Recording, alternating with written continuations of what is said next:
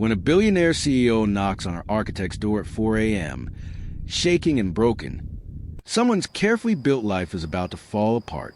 But whose? The woman who created an empire but forgot to create a home, or the single father who chose playing it safe over actually living? What happens when the boss you've always kept your distance from becomes the person you can't walk away from? This is the story of 3 knocks that changed 2 lives forever. If you want to know how a confession before sunrise turned fear into bravery and loneliness into family, stay with me until the very end. And don't forget to like this video and comment with your city. I love seeing where these stories reach you. The sound came at exactly 4:03 a.m. Steve Pratt was a 35-year-old architect with warm brown hair and gentle eyes who had spent the last 5 years building a fortress around his heart. When his wife died in a car accident, he made a single promise: keep life safe and predictable for his 8-year-old daughter, Monica. No complications, no risks, no letting anyone close enough to hurt them again. He worked quietly at Warner Holdings, designing buildings for a boss he barely knew, and went home every night to help with homework and make dinner. It was a small life, but it felt safe. Beverly Warner was his boss, and she lived in a completely different world. This stunning blonde woman with sharp blue eyes had built a billion-dollar real estate empire from nothing. Everyone called her the Iron Queen because she never showed weakness, never made mistakes, never let anyone see past her perfect professional image. She lived in an $8 million penthouse and made decisions that moved millions of dollars with a single signature. In 3 years, Steve had maybe spoken to her directly 5 times. So when Beverly knocked on Steve's door at 4:03 in the morning, his entire understanding of reality cracked open. Steve opened his door expecting an emergency, but what he found was worse than any accident. His boss stood on his porch looking completely destroyed. Her hair was a mess, her makeup streaked from crying, her expensive dress wrinkled and torn. One of her heels was broken. She was shaking like she'd been standing in a storm, and she asked him something he never imagined hearing from her. Could she come inside because she didn't know where else to go? Steve brought her in and listened to what had broken the most powerful woman he knew. That night, Beverly had been on a date with Marcus Caldwell, another CEO who ran a competing company. Over dinner, Marcus had told her something brutal: that she was beautiful and successful, but she was like a statue in a museum, impressive to look at but impossible to connect with. He said she wasn't a real woman, just a cold machine with a bank account, and that's why she was alone. Beverly had laughed it off at the restaurant, but when she got home to her massive, perfect, empty penthouse, she realized Marcus was right. She had everything money could buy and nothing that actually mattered. She'd spent 20 years building an empire and had forgotten to build a life. Her $8 million apartment had never had anyone stay overnight. Her calendar was full of meetings, but she had no one to call at 2 a.m. when she couldn't sleep. She'd sacrificed every relationship, every friendship, every chance at love for one more deal, one more building, one more success. And now she was 40 years old and completely, utterly alone. The realization shattered her. Beverly started crying and couldn't stop. She got in her car and drove without thinking, and somehow ended up at Steve's house. She remembered his address from company files. She'd seen the photos on his desk, his daughter's drawings, birthday party pictures, evidence of a real life. She needed to be somewhere that felt like home, even if it wasn't hers. Steve listened to all of this and said something that changed everything. He told Beverly she was a machine. Machines don't show up crying at someone's door. At 4 a.m. machines don't feel this deeply. She wasn't cold. She was lonely. And being lonely didn't make her weak. It made her human. Those words cracked Beverly's armor completely. For the first time in her adult life, someone saw past her money and success and reputation. Someone saw the real her, the scared, exhausted woman underneath the CEO mask. Beverly asked Steve if she could stay the night. Not as his boss. Not as the powerful CEO Beverly Warner. Just as a person who didn't want to go back to an empty apartment. She said she didn't want to be the Iron Queen anymore. She just wanted to be human for one night. Steve knew this was risky. This was his boss showing up broken at his door. But when he looked at her wrapped in his blanket at his kitchen table, he didn't see a CEO. He saw someone drowning who needed someone to throw her a rope. So he said yes. He gave her the guest room and some comfortable clothes and told her that in the morning, his daughter would probably insist on making pancakes, even though she always burned them. Beverly smiled for the first time that night and said she liked that very much. While Beverly slept in the guest room, Steve lay awake realizing that his carefully controlled life had just been turned completely upside down. His boss, one of the most powerful people in the city, was sleeping down the hall wearing his old university sweatshirt. And somehow she'd stopped being Ms. Warner, CO, and had become just Beverly, a lonely woman who'd built 1,000 buildings but never built a home. What neither of them knew was that this single night was about to transform both of their lives in ways they couldn't imagine.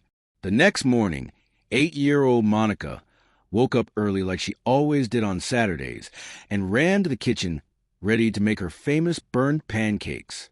She stopped when she saw a strange blonde woman sitting at their kitchen table, wearing her dad's clothes and looking completely out of place in their small, ordinary kitchen. Steve explained that this was Miss Beverly, his boss from work, and she'd had a difficult night, so she stayed over. Monica, being 8 and having no filter, walked right up to Beverly and told her she looked sad and asked if she wanted pancakes. She explained that her pancakes were a little burned, but her dad said that gave them character. Beverly laughed, really laughed, and said yes, she'd love some. What happened next was something neither Steve nor Beverly expected. Beverly didn't go home that Saturday or Sunday. She stayed, and for 2 days she became part of their small, ordinary world. Monica taught Beverly how to make pancakes, which resulted in smoke alarms and lots of laughter. They played board games at the kitchen table, and Beverly discovered she was terrible at Monopoly, but loved making up silly voices for the game pieces. They watched cartoons together. Beverly helped Monica with her art project, gluing macaroni onto poster board. They went grocery shopping at the regular supermarket, and Beverly pushed the cart while Monica picked out sugary cereals. For 2 entire days, Beverly Warner stopped being a CEO. She was just Beverly, a woman eating burned pancakes and laughing at cartoons and helping an 8-year-old with homework. And she loved every single minute of it. Steve watched all of this unfold and saw Beverly in ways he'd never imagined possible. She wasn't cold or mechanical. She was funny and warm. She was gentle with Monica. She got excited about finding the perfect avocado at the grocery store. She cried during the sad parts of kids' movies. She was real in a way her CEO mask never allowed her to be. On Saturday night, after Monica went to bed, Steve and Beverly sat at the kitchen table drinking tea, and Beverly told Steve the full truth about her life. She explained how she started her company at 22 with nothing but determination. She'd worked 18-hour days for years, missing birthdays and holidays and weddings because she was always chasing the next deal. She'd told herself that once she made enough money, once the company was big enough, then she'd focus on her personal life. But the goalposts kept moving. There was always one more deal, one more building, one more milestone. And now she was 40, worth over $1 billion, and had sacrificed everything that actually mattered. Steve shared his story, too. He explained that after his wife died, he'd made a different kind of mistake. He'd closed himself off from everyone except Monica. He convinced himself that staying safe meant staying isolated. He'd turned down dates, avoided making friends, and kept his life as small and controlled as possible. He thought he was protecting Monica from more loss, but really he was teaching her to be afraid of living. He'd built walls instead of a life. That conversation created something between them. They weren't boss and employee anymore. They were 2 lonely people who understood each other's pain and mistakes. They were 2 people who'd made opposite choices that led to the same empty place. On Sunday afternoon, Beverly said she needed to go home. She'd been gone almost 2 full days and reality was calling. But before she left, Monica hugged her tight and told her she could come back anytime. that she was part of their family now. Beverly cried at those words because no one had said anything like that to her in years. She thanked Steve and drove back to her empty penthouse, knowing that something fundamental had changed inside her. She'd spent a weekend in a small house eating burned pancakes and playing board games, and it had been the best weekend of her entire life. But what Beverly didn't know was that the real world was about to come crashing down on both of them, and that real world was not going to be kind. Beverly went back to work on Monday and tried to pretend everything was normal. She put her CEO mask back on, held her meetings, made her decisions. Steve did the same, keeping his head down and doing his job. They passed each other in the hallway once, exchanged professional nods, and kept walking. To everyone else, nothing had changed. But everything had changed, and the world was about to notice. On Tuesday afternoon, the bomb exploded. Photos appeared online, grainy pictures taken by a neighbor, showing Beverly's expensive car parked outside Steve's modest house at 4 a.m. More photos from Saturday showed Beverly in casual clothes, carrying grocery bags into Steve's house. The pictures went viral within hours. Business blogs picked them up. Social media exploded with speculation about the Iron Queen's secret relationship and her mystery man. Within 24 hours, everyone knew that Beverly Warner had spent a weekend at her employee's house. The Warner Holdings board of directors called an emergency meeting, and leading the charge was Marcus Caldwell, the same man who'd gone on the disastrous date with Beverly. Turns out Marcus wasn't just a rival CEO. He was a predator who'd been waiting for Beverly to show weakness so he could destroy her. Marcus had been quietly buying up shares of Warner Holdings for months, preparing for a hostile takeover. But he needed justification, a reason to convince the board that Beverly was no longer fit to lead. And Beverly showing up at an employee's house at 4 a.m., spending the weekend there, appearing in photos looking unstable, that was exactly the ammunition he'd been waiting for. Marcus called Steve into his office for a private meeting. Marcus was on the Warner Holdings board, which meant he had power over Steve's job. The conversation was short and brutal. Marcus told Steve he could make this whole mess go away. All Steve had to do was sign a statement saying Beverly had behaved inappropriately, that she'd shown up uninvited, that she'd acted erratically and unprofessionally. Sign the paper, Marcus said, and Steve would keep his job, maybe even get promoted. Refuse to sign and Steve would be fired immediately. And Marcus promised he'd make sure Steve never worked as an architect in this city again. Marcus reminded Steve to think about his daughter, about Monica's stability and future, about the safe, predictable life Steve had worked so hard to build for her. Don't throw it all away for a woman who's going to lose her company anyway, Marcus said. Be smart. Steve left that meeting feeling physically sick. This wasn't just about his job anymore. This was about everything: Monica's school, their home, their entire life. Steve had spent 5 years building a safe, predictable world for his daughter. And now one weekend, one decision to help someone in pain, threatened to destroy it all. That night, Steve sat at his kitchen table staring at the unsigned statement Marcus had given him. All he had to do was sign it, write his name, lie about Beverly, and everything would go back to normal. His job would be safe. Monica's life would be stable. It was a smart choice. The safe choice. Monica came into the kitchen and saw her dad looking stressed and upset. She asked what was wrong. Steve tried to brush it off, but Monica was perceptive beyond her years. She asked if this was about Miss Beverly. Steve sighed and explained in simple terms that some people were being mean to Miss Beverly, and they wanted Steve to be mean to her too. If he refused, he might lose his job. Monica thought about this seriously for a moment. Then she said something that changed everything. She reminded Steve that her mom used to say doing the right thing is scary, and that's how you know it's the right thing. If it was easy, everyone would do it. She said Steve had always taught her that her mom was brave. And then Monica asked her father a simple question. Was it going to be brave too? Steve looked at his 8-year-old daughter and realized she was absolutely right. He'd spent 5 years teaching Monica to play it safe, to avoid risks, to protect herself from pain. But what kind of lesson was he teaching her now? That you abandon people when it's convenient? That you lie to protect yourself? That safety matters more than doing what's right? His wife would have been ashamed of him for even considering signing that statement. Steve tore up the paper right there in front of Monica. The next morning, Steve walked into Warner Holdings and went straight to Beverly's office.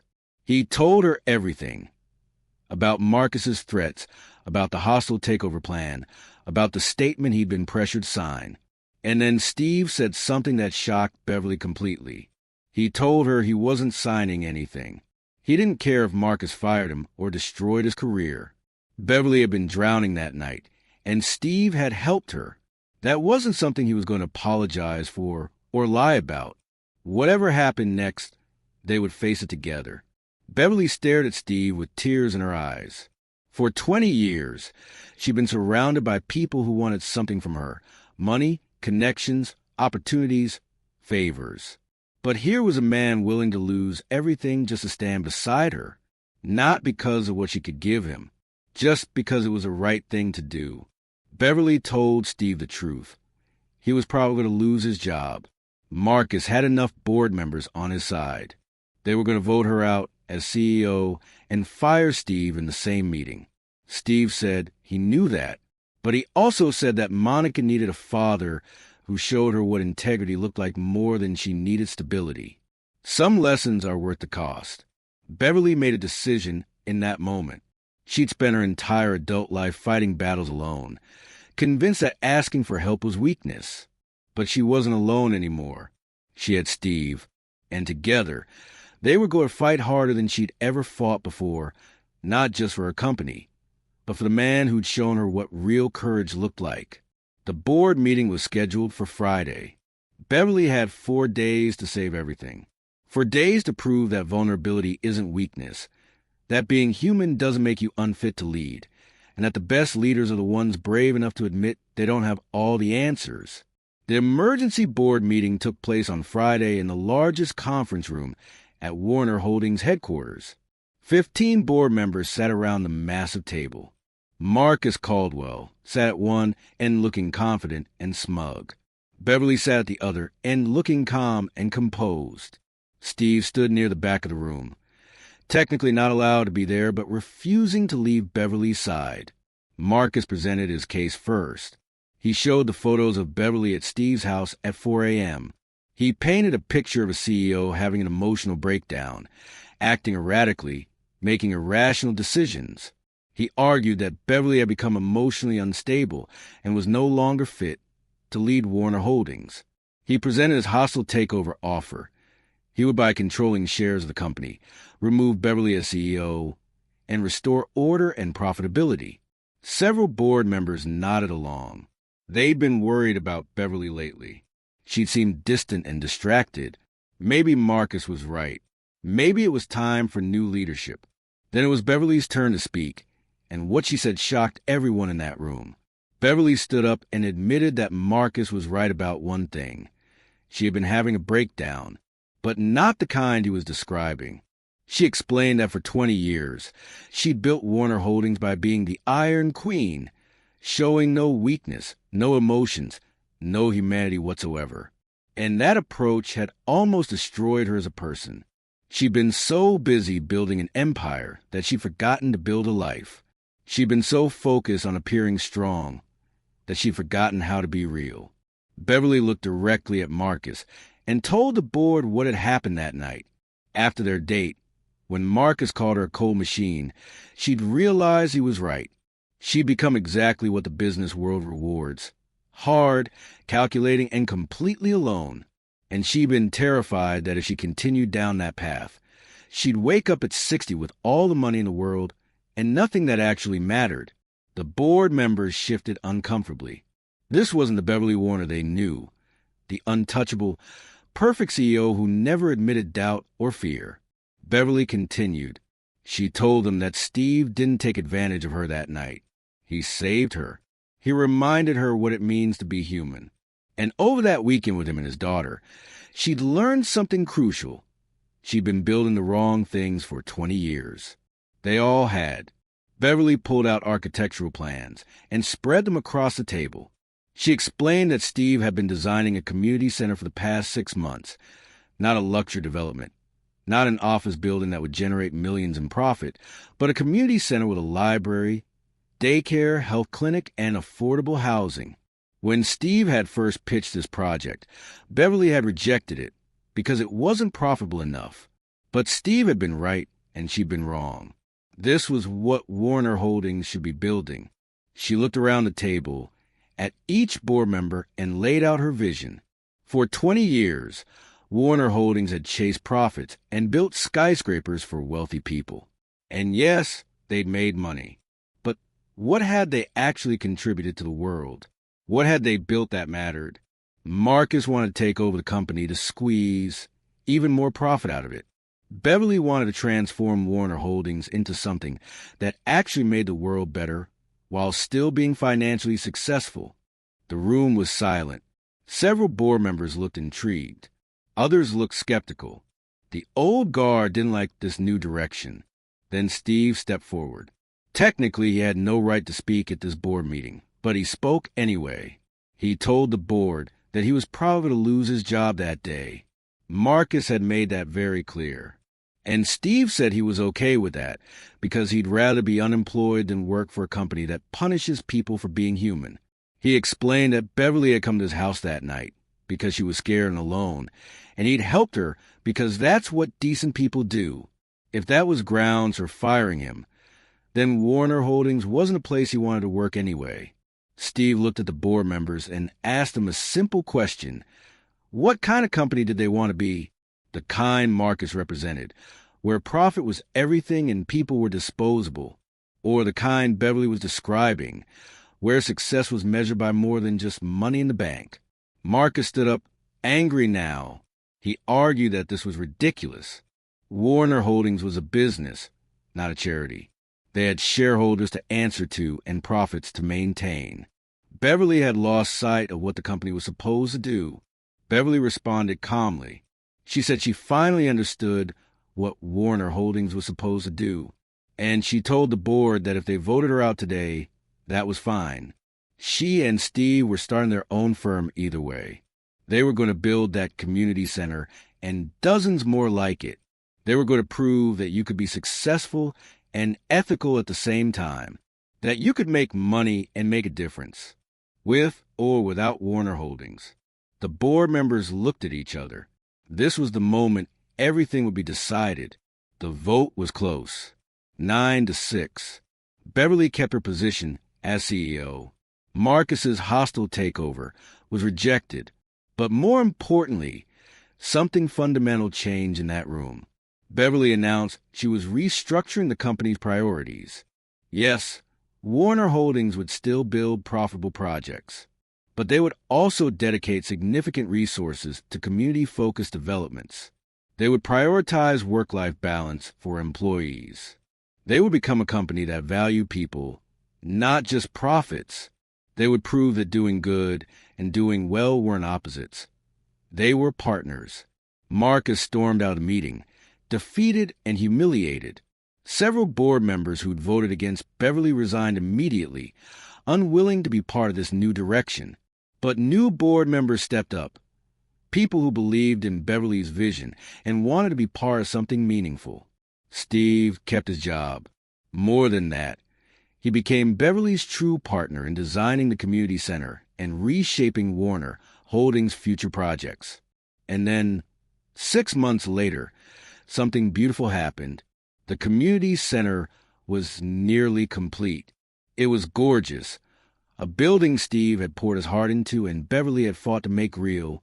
Every detail reflected their shared belief that architecture should serve people, not just profit. Standing in the empty main hall on a Saturday afternoon, Steve and Beverly looked around at what they'd built together. Over those 6 months, their relationship had evolved in ways neither had planned. Beverly came over for dinner 3 times a week.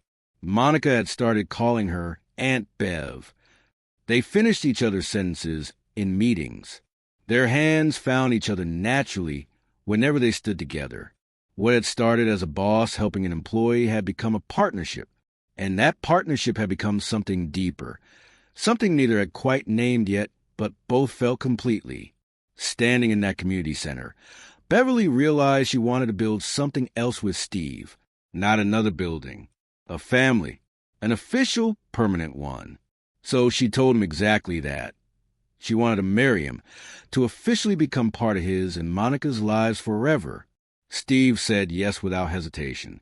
After everything they'd been through, after she'd shown up at his door at 4 a.m. broken and scared, after they'd fought together to change an entire company, after they'd proven that vulnerability was strength and not weakness, saying yes to forever was the easiest decision he'd ever made. They got married 2 weeks later in Steve's backyard. The same backyard where Beverly's car had been parked that night at 4:03 a.m. when everything changed. It wasn't a big wedding. No magazine covers. No press coverage. No hundreds of guests. Just Monica as the flower girl, wearing a dress she'd picked out herself. A few close friends. A simple ceremony with vows they wrote themselves. When Steve and Beverly exchanged those vows, they didn't promise perfection. They promised honesty. They promised to keep building together. Not just buildings and companies, but a real life filled with burned pancakes and board games and laughter.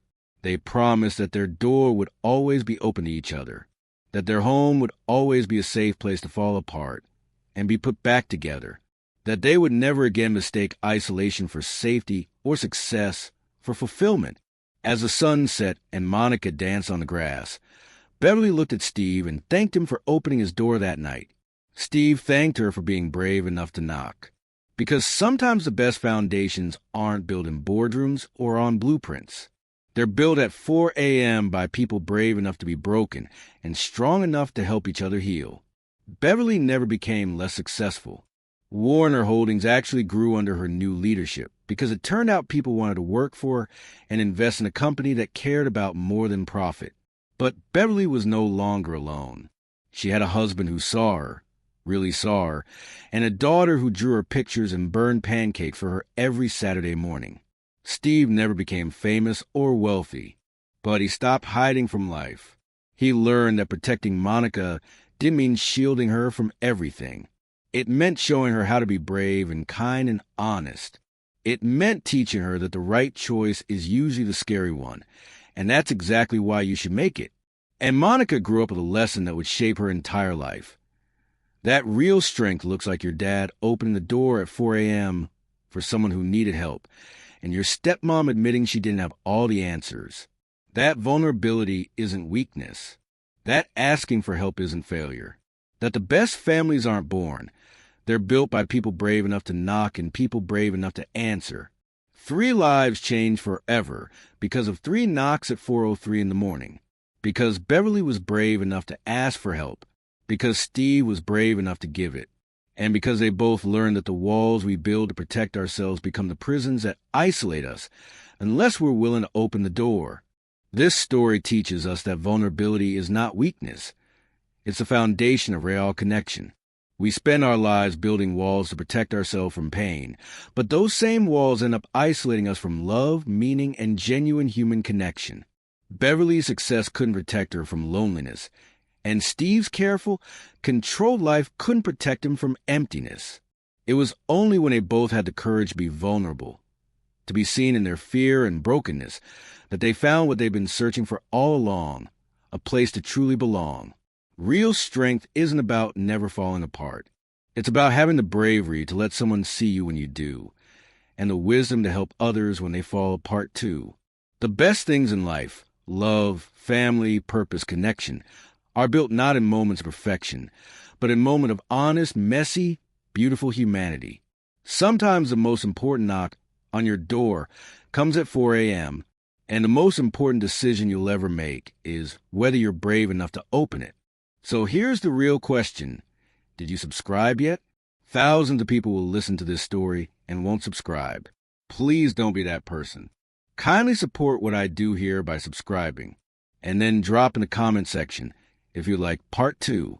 What challenges will they face as a new blended family? Let me know if you want to hear more.